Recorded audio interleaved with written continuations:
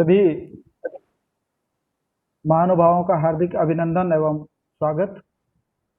इस एक दिवसीय ई सेमिनार में जुड़ने के लिए आप सबका हार्दिक आभार एवं स्वागत।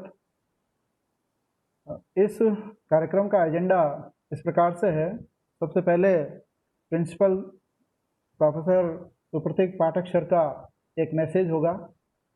उसके पश्चात ISLM फ्रेमवर्क पर एक विस्तृत व्याख्यान होगा जो कि मेरे द्वारा यानी डॉक्टर MR सिंघारिया द्वारा दिया जाना है। इसके पश्चात 10 मिनट का एक इंटरेक्शन सेशन रखा गया है जिसमें NK दसवरा सर, डॉक्टर संतोष राजपुरोहित, डॉक्टर देवाराम बद्रार सहित कई एक्सपर्ट अपना व्यूज़ रखेंगे और अंत में 5 मिनट का जो वोट ऑफ थैंक्स है वो हमारी कॉलेज के असिस्टेंट प्रोफेसर धीरज पारिक रखेंगे। तो सबसे पहले प्रिंसिपल साहब का जो मैसेज पहले रिकॉर्ड नहीं हुआ था, अब हम इस कार्रवाई को प्रारंभ करते हैं और सबसे पहले प्रिंसिपल साहब का जो मैसेज है वो आप सबके लिए इस प्रकार है।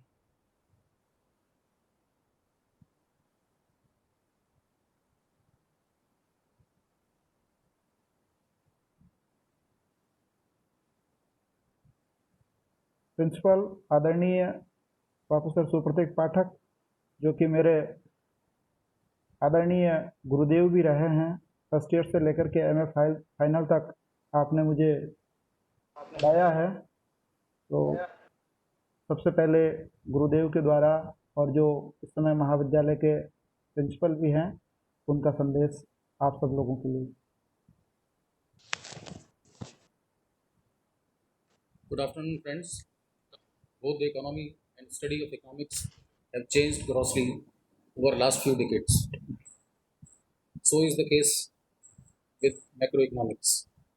We have shifted from traditional aggregate demand-oriented economics to the supply-side force. Here comes ISLM model, which provides a simple and appropriate framework for analyzing the effects of monetary and fiscal policy on the demand for output and on interest rates. There is a key relationship, that is IS curve, that shows combination of interest rate and levels of income at which the goods market clears. Then we have demand for money, which depends on interest rate and income. We have LM curve, shows combination of interest rate and provide and income levels. In the light of our discussion, one day seminar is being organized today by Department of Economics, SD Government College, Beawar, under the aegis of IQAC. Dr. MR Singaria will be the chief resource person who will enlighten you regarding ISLM framework.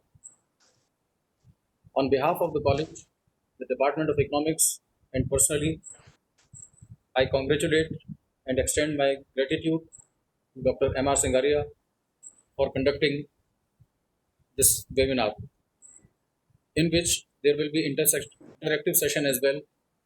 I am sure this Monday seminar will be of great help for the students and scholars. Keep it up, Dr. Singaria. Good luck and thanks again. Thanks a lot, sir. With your blessing, we going to start. हाँ, assignment जो है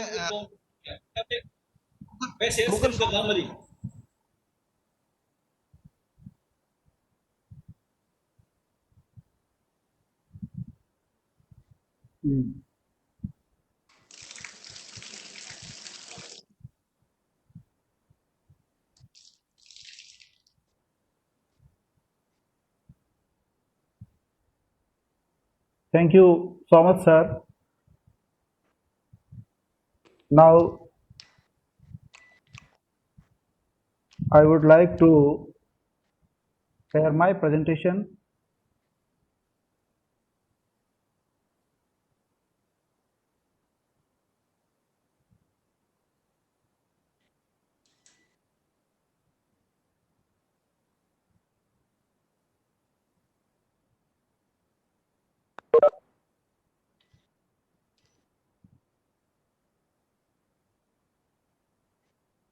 okay,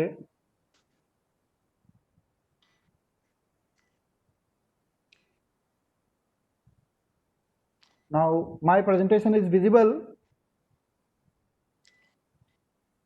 Hello.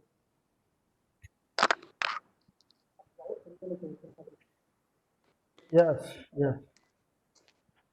Now everything is okay, and with the best wishes of our principal sir, uh, I am going to start my today's presentation on the ISLM framework.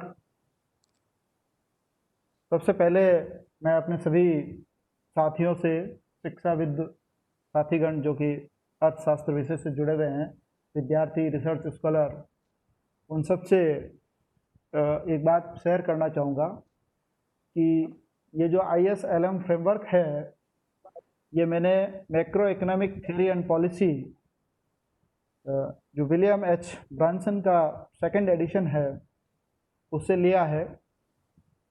ये मैंने उस वक्त भी तैयार किया था जब मैं MA प्रीवियस में पढ़ता था, लेकिन दुख की बात यह है कि अभी भी ये जो चैप्टर्स हैं इनको वहाँ तक अपने सिलेबस के अंदर अभी भी नहीं पहुँचाया गया है जहाँ तक कि इन जो व्यावहारिक जानकारी है वो विद्यार्थियों तक होनी चाहिए थी।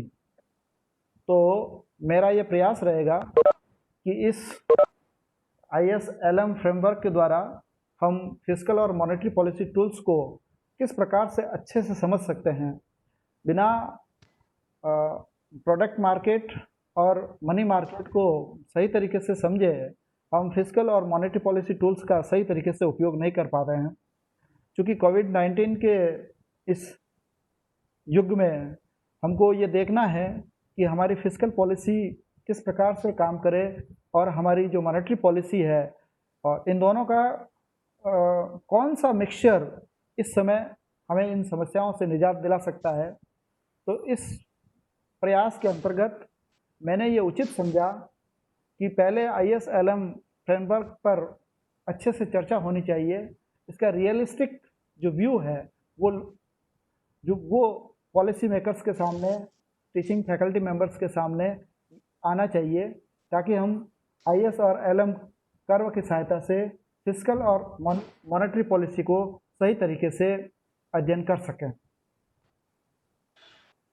सबसे पहले प्रोडक्ट मार्केट में जो सबसे सिंपल मॉडल है वो यह है कि Y जो है वो C plus I plus G के बराबर होता है, कंजप्शन, एक्सपेंडिचर, इन्वेस्टमेंट और गवर्नमेंट स्पेंडिंग के बराबर।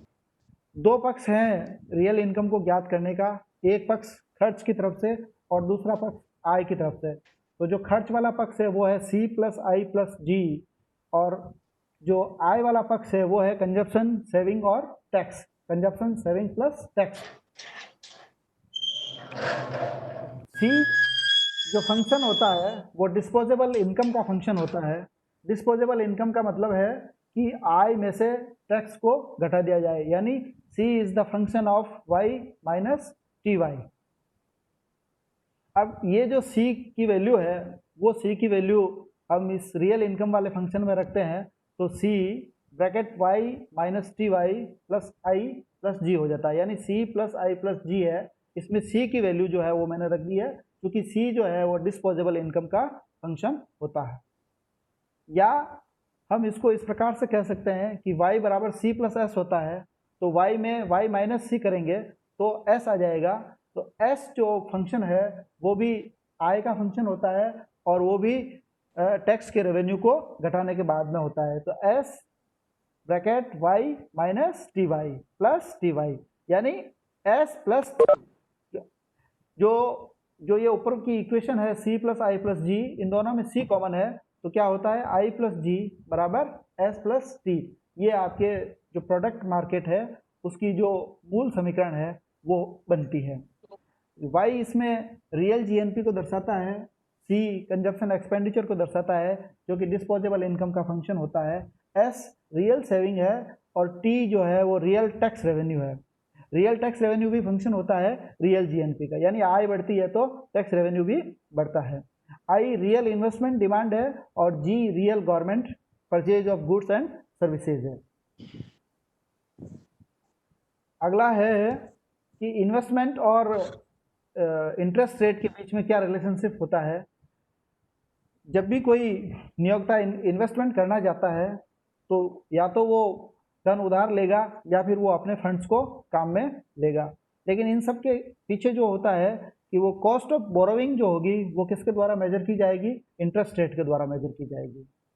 और इंटरेस्ट रेट ये जो है वो ये है कि एक फर्म को ये तय करना पड़ता है कि जो वो पैसा खर्च कर रही है उस खर्च का उसको कितना रिवार्ड मिलने वाला है, और ये रिवार्ड हम तय करते हैं प्रेजेंट डिस्काउंटेड वैल्यू से यानी पीडीवीज के द्वारा, जो कि फ्यूचर इनकम फ्रॉम इन्वेस्टमेंट को दर्शाता है।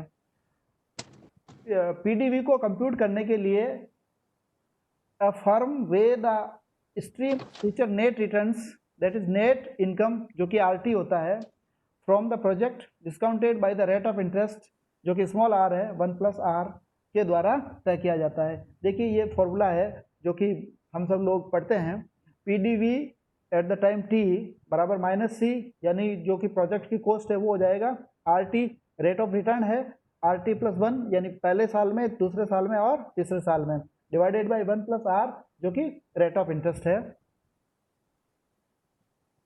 ये पीडीवी का फॉर्मूला फिगर है जो कि ये दर्शाता है कि जैसे जैसे ब्याज की दर में कमी होती है वैसे वैसे पीडीवी जो है वो बढ़ता जाता है, और चूंकि ब्याज की दर ज़्यादा होगी तो उसका हर ज़्यादा होगा यानी डिनोमिनेटर ज़्यादा होगा, और डिनोमिनेटर ज़्यादा होगा तो पीडीवी की वैल्यू क्या होगी, कम हो जाएगी। As the interest rate rise all the PDVs fall and the PDV curve shift down reducing the level of planned investment। इससे हमको एक इन्वेस्टमेंट का मॉडल मिलता है जो ये बतलाता है कि I is the function of IR यानी इन्वेस्टमेंट जो है वो किसका फंक्शन होता है, रेट ऑफ इंटरेस्ट का फंक्शन होता है। और इस कर्व का जो ढाल होगा वो क्या होगा, लेस देन 0 यानी कि नेगेटिव होगा, यानी ब्याज की दर बढ़ेगी तो इन्वेस्टमेंट कम होगा और ब्याज की दर घटेगी तो इन्वेस्टमेंट ज़्यादा होगा। वेरी सिंपल थिंग है जो कि हम सब लोग पढ़ते आ रहे हैं। अगला जो कंसेप्ट है वो है equilibrium income with A change in the interest rate. जब इंटरेस्ट रेट में चेंज होता है तो ये इन्वेस्टमेंट फंक्शन जो कि आपको ये बता रहा है कि अगर रेट ऑफ इंटरेस्ट ज़्यादा है तो इन्वेस्टमेंट कम होगा और रेट ऑफ इंटरेस्ट कम है तो इन्वेस्टमेंट जो है वो ज़्यादा हो जाएगा। अब जब I+G यानी इन्वेस्टमेंट और गवर्नमेंट एक्सपेंडिचर दोनों और इधर S+T दोनों का इम्पैक्ट अगर साथ में देखना है तो अगर IG तो कांस्टेंट है और I में अगर वृद्धि करते हैं अपन तो DI होता है, और इस DI यानी इंक्रीज चेंज इन इन्वेस्टमेंट के कारण जो इनकम के अंदर चेंज होता है आपके DY के रूप में दर्शाया गया है। यानी विनियोग में कमी या वृद्धि करने से आय में किस प्रकार से वृद्धि या कमी होती है वो इस फिगर के द्वारा अपन आराम से समझ सकते हैं। अब डेरिवेशन ऑफ IS कर्व जो कि प्रोडक्ट मार्केट का मुख्य भाग होता है वो ये है कि जब इंटरेस्ट रेट बढ़ती है तो लेवल ऑफ इन्वेस्टमेंट होगा वो कम होगा, और जो इक्विलिब्रियम का जो लेवल है इनकम का वो मल्टीप्लियर के द्वारा प्रभावित होता है। यानी जब ब्याज की दर बढ़ती है तो इन्वेस्टमेंट कम होता है, और इन्वेस्टमेंट कम होने से आय का स्तर कम होगा जो कि मल्टीप्लियर प्रभाव के द्वारा अच्छे से समझा जा सकता है। ये जो इक्विलिब्रियम पेयर्स है इंटरेस्ट रेट और इक्विलिब्रियम ये स्लोप्ड होते हैं, यानी इनके बीच में ऋणात्मक ढाल होता है। कृपया अपना माइक ऑफ रखें सोहन जी, माइक ऑफ रखें। The slope of IS curve can be derived by the differentiating the equation 3। जो इक्वेशन 3 हमने दिया था जो कि प्रोडक्ट मार्केट का इक्वेशन है, उस इक्वेशन का अगर अपन अवकलन करते हैं तो हमको जो IS कर्व है उसका ढाल ज्ञात हो जाएगा। देखिए जो y है उसका अवकलन dy हो जाएगा, तो वो तीनों जगह dy दर्शा रहा है ये यहाँ पे। और चूंकि c का अवकलन करते हैं तो वो MPC आ जाएगा, यानी कंजम्पशन फंक्शन का जो ढाल होता है वो MPC है, जिसको इसके अंदर c डैश के अंदर दर्शाया गया है। जो टैक्स का जो प्रवृत्ति होती है वो t डैश के द्वारा दर्शाई गई है, और जो इन्वेस्टमेंट का जो ढाल होगा वो i डैश के द्वारा दर्शाया गया है। इस प्रकार से dr अपॉन dy जो है dr अपॉन dy जो है वो बनता है 1 minus c dash bracket 1 minus t dash divided by i dash. तो इसमें जो अंश और हर है, जो अंश एवं हर है, जो अंश एवं हर है उनको अपन इस प्रकार से देख सकते हैं कि इसका जो अंश है वो 1 minus c dash 1 minus dash है। अगर सोन जी माइक ऑफ रखें अपना, please Son ji mic off रखें, आवाज डिस्टर्ब कर रही है आपकी। सर आप म्यूट कर दीजिए इनको। टाइम कितना लगे? मानक सर आप म्यूट कर दीजिए, आपके पास ऑप्शन होगा। अच्छा अच्छा, मैंने ये ले जी सर। और इसमें एक मिनट कर लो, कोई बात नहीं, पहले। हाँ ठीक है। Yes sir, okay okay.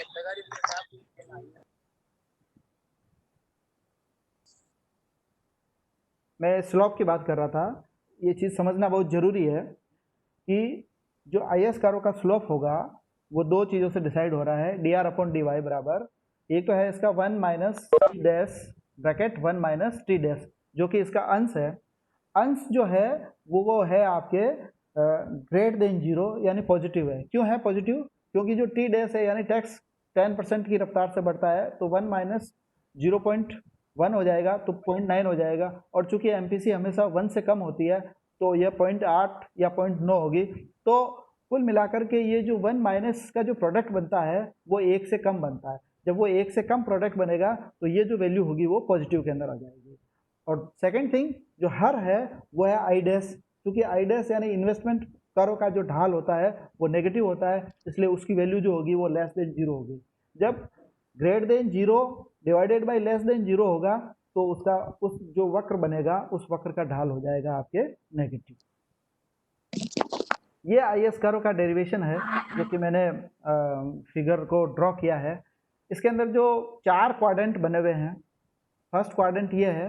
ये फर्स्ट क्वाड्रेंट आप हमें ये बतलाता है कि जो इन्वेस्टमेंट फंक्शन है वो किस प्रकार से काम करता है। हमने ये देखा अभी पहले के फिगर के अंदर कि जब रेट ऑफ इंटरेस्ट बढ़ती है तो इन्वेस्टमेंट क्या होता है, कम होता है। इसी चीज़ को दर्शाता हुआ ये फिगर है आपके, ये वाला फिगर जो कि IR को दर्शाता है। क्योंकि गवर्नमेंट स्पेंडिंग G हमेशा कांस्टेंट रहती है, इसलिए इसको एक खड़ी रेखा के रूप में दर्शा दिया गया है। ये हो गया इन्वेस्टमेंट डिमांड। इसके अलावा इसके अंदर G जुड़ गया तो IR प्लस G हो गया, यानी ये जो क्वाड्रेंट हो गया पूरा वो क्या कहलाता है, IR प्लस G, इन्वेस्टमेंट और गवर्नमेंट स्पेंडिंग का।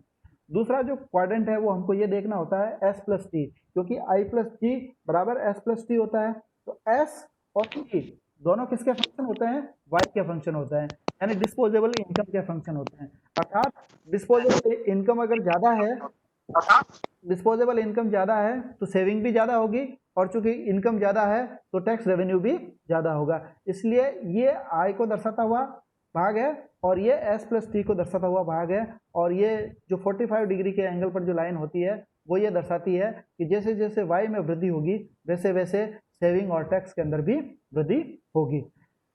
तीसरा क्वाड्रेंट जो है वो ये वाला है जो ये बताता है कि I प्लस G और S प्लस T के अंदर किस प्रकार से इक्वलिटी होती है। ये 45 डिग्री के एंगल पर एक लाइन होती है जो कि इस क्वाड्रेंट को और इस क्वाड्रेंट को जोड़ती है, यानी कि ये जो I प्लस G वाला क्वाड्रेंट है उसको और S प्लस T वाले जो क्वाड्रेंट है उसको जोड़ती है। अगर मान लीजिए कि ये एक स्तर है जिस पर आपका इन्वेस्टमेंट हो रहा है, तो इस स्तर पर और इस स्तर पर ये I प्लस G और S प्लस T का लेवल होगा, और इसी स्तर पर ये वाला S प्लस T का लेवल होगा। चूंकि एस प्लस टी के लेवल से आपको आय के स्तर का पता चल जाता है और इधर इन्वेस्टमेंट वाले फंक्शन से आपको रेट ऑफ इंटरेस्ट का पता चल जाता है, तो एक रेट ऑफ इंटरेस्ट और इनकम का एक कॉम्बिनेशन बनता है और इस प्रकार के कई कॉम्बिनेशन को जोड़ते हैं तो आई एस कर्व का डेरिवेशन हो जाता है। एक कॉम्बिनेशन इस प्रकार से बनता है कि जो इन्वेस्टमेंट है वो रेट ऑफ इंटरेस्ट से किस प्रकार प्रभावित होता है, दूसरा इस प्रकार से बनता है कि y जो है वो बचत को किस प्रकार से प्रभावित करती है। जहाँ पर i प्लस जी और s प्लस टी बराबर होते हैं वहाँ के जो r यानी रेट ऑफ इंटरेस्ट और वहाँ का जो कि आय का स्तर होता है वो युग्म जो होता है वो आई एस कर्व का डेरिवेशन करता है। क्योंकि ये 4 क्वाड्रेंट डेरिवेशन कर्व है इसलिए इसमें क्लैरिटी रहती है अपने सामने कि हमें आई एस कर्व के अंदर कौन कौन सी चीज़ें शामिल करनी है और कौन कौन सी चीज़ें किस किस प्रकार से प्रभावित करती है। जनरली बुक्स के अंदर केवल आई एस कर्व का एक बाएं से दाएं गिरता हुआ वक्र दर्शा दिया जाता है जो कि क्लैरिटी मैं समझता हूँ कि उसके अंदर काफ़ी कम है। इसलिए विलियम एच ब्रांसन की बुक से जो ये चैप्टर लिया है बहुत ही पसंदीदा चैप्टर है और सारी चीज़ें एक साथ क्लियर करता हुआ चलता है। अब प्रोडक्ट मार्केट के अंदर इक्विलिब्रियम किस प्रकार से होगा, तो ये चीज़ें जो कि मैंने आपको अभी बोली है वो सब चीज़ें इसके अंदर लिखी हुई है, मैं इसको वापस रिवाइज नहीं करूँगा। जिनको भी ये चाहिएगा पीपीटी और जो रिकॉर्ड कर रहे हैं उनके ये रिकॉर्ड के अंदर आ जाएगा। अब देखिए आई एस कर्व के अंदर शिफ्टिंग किस प्रकार से होती है। अगर लोगों में बचत करने की प्रवृत्ति बढ़ती है तो उसका क्या प्रभाव पड़ेगा, उसका प्रभाव ये पड़ेगा कि कंजप्शन डिमांड जो होगी वो गिर जाएगी और जब कंजप्शन डिमांड गिरती है तो आय का स्तर गिरता है, सीधी सी बात है। तो देखिए कि जिस प्रकार से बचत करने की इच्छा में वृद्धि होती है तो एस प्लस टी फंक्शन जो होगा वो क्या होगा, हायर लेवल पर चला जाएगा। क्योंकि एस बढ़ रहा है तो एस प्लस टी बढ़ करके एस प्लस टी 1 हो जाएगा और जो कि और इससे कंजप्शन डिमांड जो होगी वो गिर जाएगी और कंजप्शन डिमांड के गिरने से आय के स्तर के अंदर कमी आएगी। इस प्रकार हम कह सकते हैं कि बचत की प्रवृत्ति में वृद्धि करने से टोटल डिमांड में कमी आती है और टोटल डिमांड में कमी आने से आय के स्तर में कमी आती है और एनी गिवन इसके अंदर इंटरेस्ट रेट का लेवल भी दिया हुआ होता है। तो इसके कारण जो आई एस कर्व होगा वो लेफ्ट की तरफ शिफ्ट कर जाएगा और उसके कारण जो आय का स्तर भी कम हो जाएगा और आर का स्तर भी कम हो जाएगा। इसको हम फिगर के रूप में देखेंगे तो ये इस प्रकार से आता है।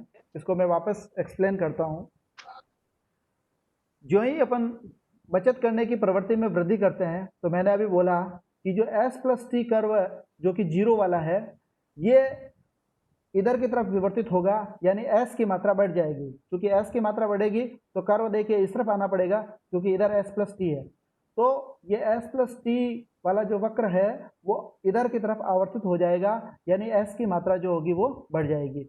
जो ही एस की मात्रा बढ़ती है तो आय का स्तर क्या हो जाता है, घट जाता है। आय का स्तर क्यों घटता है, क्योंकि जब बचत में वृद्धि होती है तो कंजप्शन जो होगा वो कम हो जाता है और कंजप्शन कम होने से आय के स्तर में यानी एग्रीगेट डिमांड के अंदर कमी आ जाती है। तो जो ये I0 S0 जो कि आई एस कर्व था वो अंदर की तरफ शिफ्ट होकर के I1 S1 हो जाता है और इसके कारण दूसरे के घटकों पर कोई प्रभाव नहीं पड़ता है। यानी बचत में वृद्धि करने से सीधा सीधा आय के स्तर पर प्रभाव पड़ता है और चूंकि ब्याज की दर अगर स्थिर है तो आय Y0 से घट करके Y1 हो जाती है। अब अगर गवर्नमेंट स्पेंडिंग में वृद्धि होती है तो क्या होता है, जो ही गवर्नमेंट स्पेंडिंग में वृद्धि होगी तो ये जो वर्टिकल लाइन है वो आपके शिफ्ट कर जाएगी। ये जो वर्टिकल लाइन है वो पहले जी थी तो ये वर्टिकल लाइन थी और जब गवर्नमेंट स्पेंडिंग में वृद्धि करते हैं तो ये वर्टिकल लाइन होती है वो आगे की तरफ आ जाती है। जो ये आगे की तरफ शिफ्ट करती है तो IR प्लस G0 वक्र जो होगा वो भी ऊपर की तरफ विवर्तित हो जाता है और वो IR प्लस G1 हो जाता है। तो देखिए जब गवर्नमेंट स्पेंडिंग में वृद्धि करते हैं तो एग्रीगेट डिमांड में वृद्धि होगी यानी कंजप्शन में वृद्धि होती है, लोगों के जीवन स्तर में थोड़ा सा सुधार आता है। तो ये देखिए कि अगर इस लेवल पर ये था पहले अर्थव्यवस्था या इकोनॉमी जबकि Y0 लेवल था और R0 इंटरेस्ट रेट का लेवल था, लेकिन अगर गवर्नमेंट स्पेंडिंग में वृद्धि करते हैं और वही ब्याज की दर रहती है तो ये जो लेवल होगा वो यहाँ बढ़ करके यहाँ आ जाएगा और यहाँ आकर के जो आय का स्तर होगा वो y1 हो जाएगा। तो जब R0 ब्याज की दर होगी और आय का स्तर y1 हो जाएगा तो जो IS कर्व होगा वो दाएं तरफ ऊपर की ओर विवर्तित होकर के I1 S1 हो जाता है। कहने का मतलब ये है कि जब हम सरकारी खरीद की राशि में वृद्धि करती है सरकार, तो लोगों के खरीदने की क्षमता बढ़ती है, एग्रीगेट डिमांड बढ़ती है और आय का स्तर बढ़ जाता है। चूंकि आय का स्तर बढ़ता है तो IS कर्व जो होता है वो ऊपर की तरफ विवर्तित हो जाता है। दूसरा भाग जो है वो है मनी मार्केट। दूसरे बाजारों की तरह मनी मार्केट के अंदर भी एक डिमांड साइड होता है और दूसरा सप्लाई साइड होता है। लोग अपने पास नगद के रूप में कितनी राशि रखेंगे ये किस पर निर्भर करता है? बॉन्ड पर मिलने वाले रेवेन्यू यानी इंटरेस्ट रेट पर निर्भर करता है। अगर ब्याज की दर में वृद्धि होगी तो rate of return on bonds क्या होता है? ज़्यादा हो जाता है, इसलिए लोग ज़्यादा से ज़्यादा संपत्ति को बॉन्ड के रूप में रखेंगे और मनी के रूप में कम से कम रखते हैं। तो इस प्रकार से लोगों का जो झुकाव होता है अपने पास रखने का या कैश को नहीं रखने का, ये इंटरेस्ट रेट ऑन बॉन्ड्स पर निर्भर करता है। तो इससे आपका एक स्पेकुलेटिव डिमांड का जो फंक्शन होता है वो तैयार हो जाता है, यानी ब्याज की दर ज़्यादा होगी तो लोग अपने पास नगद की मात्रा कम रखेंगे और बॉन्ड्स के अंदर ज़्यादा से ज़्यादा इन्वेस्टमेंट करेंगे। और इस स्पेकुलेटिव डिमांड को L के द्वारा दर्शाया गया है। L is the function of rate of interest और इसका जो ढाल होगा वो L डैश होगा और वो हो जाएगा आपके लेस देन 0 यानी कि नेगेटिव। दूसरा जो डिमांड होता है वो है ट्रांजैक्शन डिमांड, यानी लोग अपने पास कुछ मुद्रा नगद के रूप में रखते हैं ताकि लेन देन उद्देश्यों को पूरा किया जा सके और आय और खर्च के बीच में जो गैप है, जो अंतराल है, उसको भी वो पाट सके। तो जब आय में वृद्धि होती है तो इनकम और एक्सपेंडिचर दोनों में वृद्धि होगी और इस बैलेंस को बनाए रखने के लिए लोग अपने पास नगद की मात्रा में भी वृद्धि करते हैं। तो ट्रांजैक्शन डिमांड जो होती है वो किसके साथ इंक्रीज होती है? आय के लेवल में वृद्धि के साथ साथ, यानी इनकम का लेवल बढ़ेगा तो ट्रांजैक्शन डिमांड भी बढ़ेगा। इसको के फंक्शन ऑफ वाई के द्वारा दर्शाया गया है, यानी के वाई के द्वारा दर्शाया गया है। वाई तो रियल जीएसटी है और के जो है वो ट्रांजैक्शन डिमांड है और इसका जो ढाल होगा वो के डैश वो होगा आपके ग्रेटर देन 0 यानी पॉजिटिव होगा, यानी आय में वृद्धि के साथ साथ ट्रांजैक्शन डिमांड में वृद्धि होगी। अगला डिमांड फॉर मनी को दर्शाता है और डिमांड फॉर मनी के अंदर ये दोनों जो एस्पेक्ट है स्पेकुलेटिव डिमांड और ट्रांजैक्शन डिमांड दोनों को जोड़ दिया जाता है तो फंक्शन बनता है M constant divided by P बराबर L R plus K Y, यानी speculative demand plus transaction demand. और एम अपॉन पी जो है वो होता है आपके मनी सप्लाई का।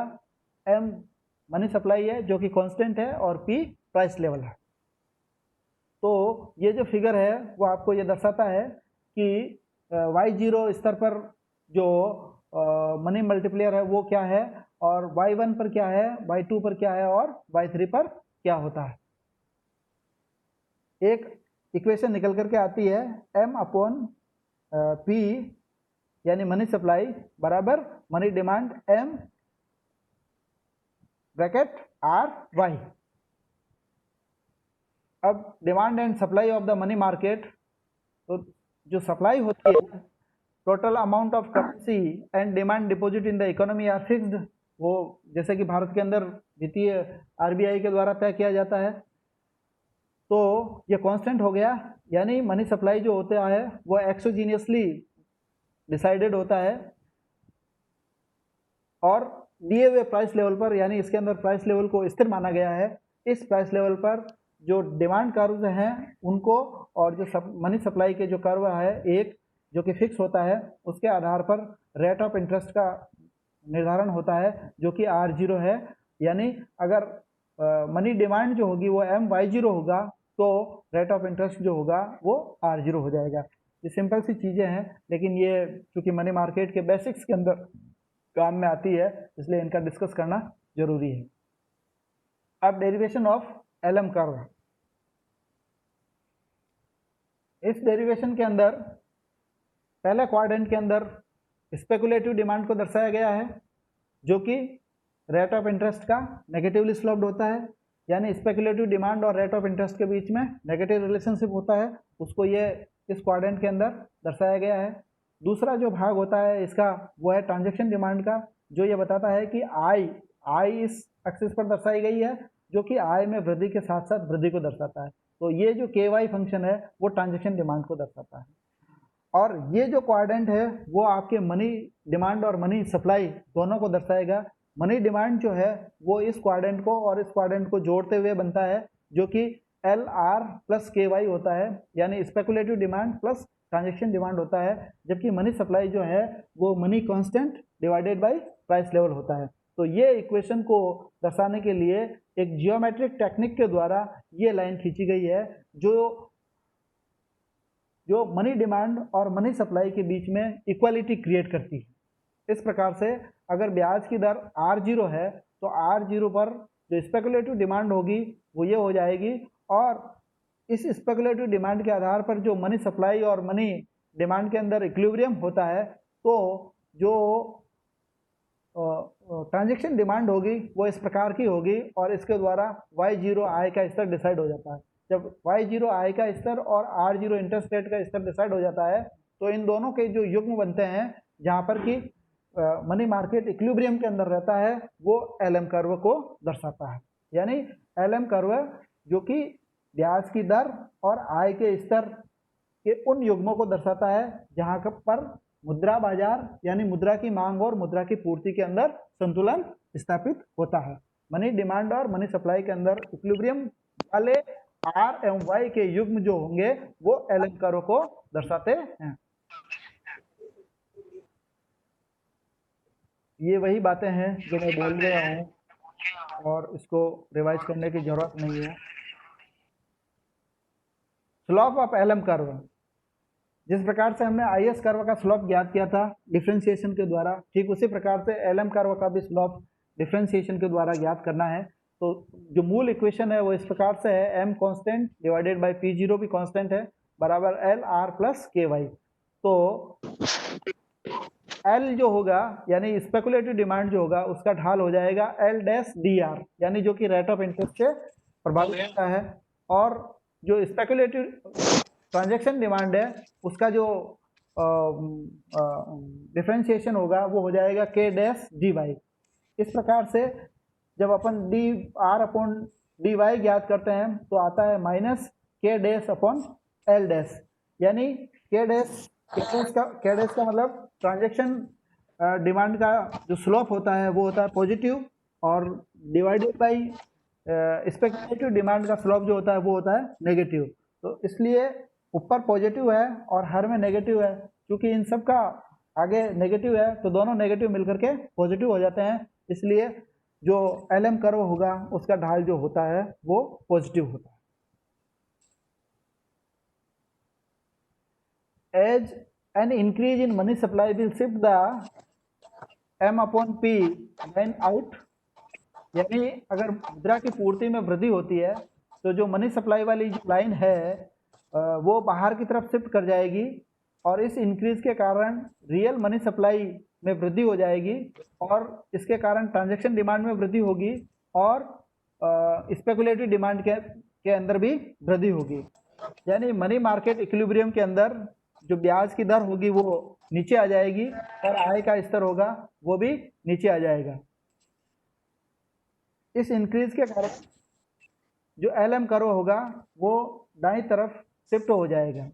Change in price level P works opposite to a change in the money supply M। देखिए दो चीज़ें हैं इसके अंदर, एक M और दूसरा P। अगर M के अंदर वृद्धि करते हैं तो LM कर्व राइटवर्ड शिफ्टिंग करेगा, लेकिन अगर प्राइस लेवल के अंदर वृद्धि होगी तो LM कर्व लेफ्टवर्ड शिफ्ट करेगा, क्योंकि प्राइस में जब वृद्धि होती है तो मनी सप्लाई कांस्टेंट रहने पर डिनोमिनेटर ज़्यादा होते ही उसका जो मूल्य होगा वो गिर जाता है। मैथमेटिकली ये इस चीज़ को समझने की ज़रूरत है। इस प्रकार से ये जो ही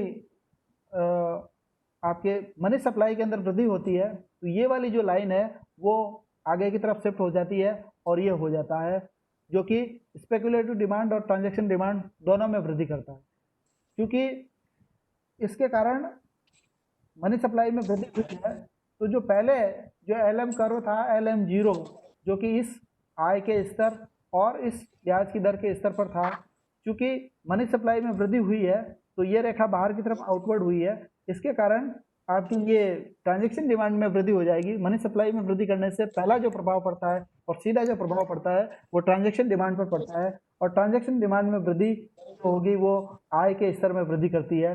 और अगर ब्याज की दर स्थिर रहती है, जो कि वास्तव में नहीं रहती है, उसके और भी कारण है, आगे और इस पर डिस्कशन होगा, लेकिन अगर स्थिर रहती है तो आय में वृद्धि हो जाएगी और ऊंचे आय के स्तर पर LM0 जो होगा वो शिफ्ट होकर के LM1 हो जाता है।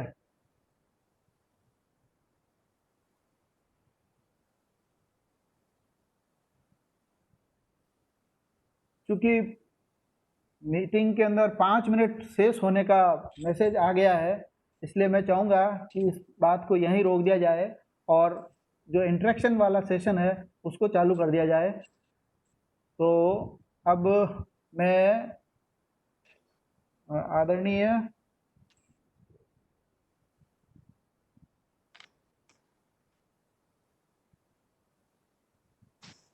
मैं दसोरा साहब से निवेदन करूंगा कि वो अपने प्रतिक्रिया स्वरूप कुछ बातें कहें। आदरणीय दसोरा साहब जो कि फॉर्मर REA प्रेसिडेंट रहे हैं। सर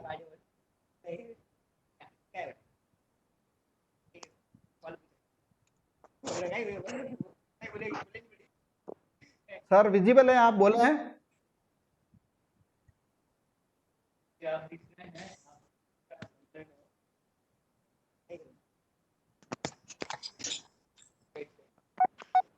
सर आप विजिबल हैं, बोले?